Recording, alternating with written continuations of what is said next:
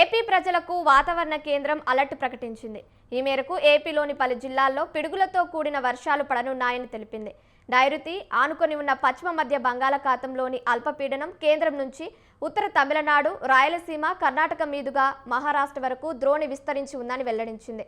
ద్రోణి ప్రభావంతో ఇవాళ అల్లూరి, పోలవరం, కర్నూలు, నంద్యాల, అనంతపురం, శ్రీ సత్యసాయి, కడప జిల్లాల్లో అక్కడక్కడ పిడుగులతో కూడిన తేలికపాటి వర్షాలు కురిసే అవకాశం ఉందని తెలిపారు. ఉరుములతో వర్షం పడేటప్పుడు పొలాల్లో పనిచేసే రైతులు, పశు కాపరులు చెట్ల కింద నిలబడరాదని, వెంటనే సురక్షిత భవనాల్లోకి వెళ్లాలని సూచనలు చేశారు. అటు ఇవాళ 43 నుంచి 44 డిగ్రీలు సి మధ్య గరిష్ట ఉష్ణోగ్రతలు నమోదైనందుకు అవకాశం ఉంది.